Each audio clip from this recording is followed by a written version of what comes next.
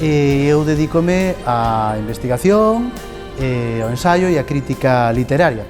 E hoxe escollín para achegarvos dous textos que considero que son representativos do traballo que levo hai anos facendo na vida e na obra de distintos escritores e escritoras da literatura galega. E o primeiro texto que vou lervos é un texto de un autor que frecuento xa dende hai 30 anos, é un autor do que son conterráneo, Álvaro Cunqueiro, e o fragmento ao que lle vou dar lectura está tomado dun libro meu do ano 2014 que se titula Mondoñedo Literario e que foi publicado pola Deputación Provincial de Lugo. E o texto apareceu inicialmente publicado no xornal El Progreso o 22 de decembro de 2011, que foi xustamente o día en que se cumprían 100 anos do nacemento de Álvaro Cunqueiro. O fragmento, o artigo titulouse Cunqueiro e o Mindoniental. Vou ler o comezo e o remate do artigo para non facelo moi extenso, pero ben, quen estea interesado en lelo todo, pois pode atopalo aquí neste libro. E di así: Don Álvaro deixou escrito que era 700 anos mindoniense. Presumía de que a súa familia, por parte materna, levaba vivindo na antiga cidade episcopal desde o 16 de febreiro de 1232, e, fabulador incomparable, engadía que había constancia documental do caso. Sexa como for, do que non cabe dúbida ningunha é de que ninguén como el cantou e contou as andanzas fundacionais de Martiño Calígrafo polo Val de Brea, no Vilamayor, que logo será Mondoñedo para Frei Antonio de Guevara, e os cantareiros autores catedralicios do Nadal, con don Antonio María de Castro e Neira na vanguarda e centuria longa por diante, o médico filántropo Manuel Eiras Pulpeiro e máis o poeta brañego Antonio Norega Varela, por amentar só os seus máis significados devanceiros nas letras. Sabía ben aquel pícaro da Fonte Vella a tradición secular que alimentaba os seus soños, a paz inmensa dun val feito a medida do ollo humano, unha deleitosa cunquiña na que vía agromar un filtro incomparable que enlevaba os sentidos, que mergullaba a xentes na evanescente gasa dun universo paralelo, fora do tempo, como a súa propia escrita. Un químico alemán, dicía Cunqueiro, pasmado do silencio da italiana Verona, deulle o nome da cidade dos Capuletos e Montescos a un sedante que chamou Veronal. Mondoñedo, de Cotián, vive no silencio. Aquí poderíamos inventar o Mindoniental, absoluto, dondo, reparador, tranquilizante. Eu non sei se é a auga a que fai xermolar tanto Uribe da Verba na cidade de Mondoñedo. Penso que tal vez non se xalleo a fenómeno ese vento nordés de aza lixeira que sopra adoecido pola mariña adiante, trasladando a galerna ata as lombas de Cabana de Bella e Monfadal, sostregando os prados por Viñas da Veiga cara ao Conde Santo, arremuiñando nas abas de Lindín e Santa María Maior, ao oeste de Couveira e a Chaira do Masma. Sei, sí, que é territorio mítico e que o é, antes nada, mercé a que don Álvaro fundou nel unha cartografía de soños e palabras que aflúen dende 1000 ríos e primaveras.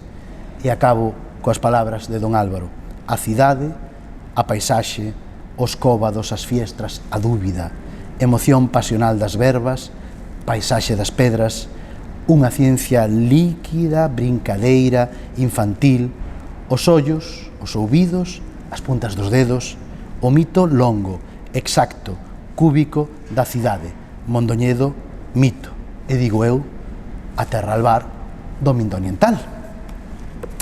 E ben, o segundo texto ao que quero darlle hoxe lectura e que quero achegarvos é un escrito que acaba de ver o lume, de sair da imprenta hai ben pouco, que é un traballo que prologa un poemario recuperado, inédito ata agora, da poeta coruñesa morta moi temperamente, Luisa Villalta. Está publicado nunha edición facsímile, que neste caso fixo o Centro Ramón Piñeiro para a Investigación en Humanidades, que é onde está depositado o legado da poeta, e o título deste poemario, que foi o derradeiro que escribiu en vida e que agora recuperamos aquí en edición facsímile, é As palabras ingrávidas. Neste libro, que é unha edición facsimilar fermosa, case un libro obxecto, como se pode ver, quixen facer un estudo introductorio que de algún modo achegase por vez primeira de modo integral a biopoética de Luisa Villalta, da que se coñecían moi pouca información biográfica e da que non había un estudo de conxunto da súa escrita, e aquí pode atoparse nese ensaio introductorio. E vou ler o comezo e o remate, como digo, dese texto introductorio que é moi amplo e sobre o que poden atoparse, onde poden atoparse moitas referencias a esta poeta, dramaturga, narradora e ensaísta fundamental da literatura galega, pois do noso tempo, non? E o texto di así, dun estudo introductorio que titulei Luisa Villalta ou a poética da concreción. Luisa Villalta é unha das voces máis importantes da literatura galega do tránsito do pasado ao presente século. A súa relevancia como poeta é unánimemente recoñecida e aínda compre sumar a este labor as súas destacadas contribucións nos eidos do ensaio, a dramaturxia, a narrativa ou a tradución, que fan dela unha das autoras máis polifacéticas do seu tempo. Pero ese tempo seu foi breve, demasiado breve, pois marchou de entre nós moito antes do que debía. Ese casi deixounos unha obra relativamente ampla e, sobre todo, ben diversificada. Porén, non conseguiu dar á luz todo o moito bo que levaba escrito e estaba a dispoñer para edición, razón pola cal no seu legado se atopan non poucos materiais aínda inéditos como este As palabras ingrávidas, que agora se recuperou. Poucos meses antes de se nos ir, Luisa Villalta escolmou 7 poemas da serie que estaba a escribir e que logo formaron parte de En Concreto, para adiantalos na sección de creación do Boletín Galego de Literatura da Universidade de Santiago de Compostela. E ali apareceron, no primeiro semestre do 2003, precedidos dunha nótula biobibliográfica e do que agora aquí interesa, un poema de introito que é, en realidade, unha autopoética en verso. A composición, analizada polo miúdo, dá as claves do seu universo literario, pois nela confesa o seguinte: baixei os sonidos ao silencio da necesidade e púxenme a escoitar. Quixen traer a poesía ao chan e edificar a memoria de promisión da que falan os soñadores corazóns que me rodean na historia.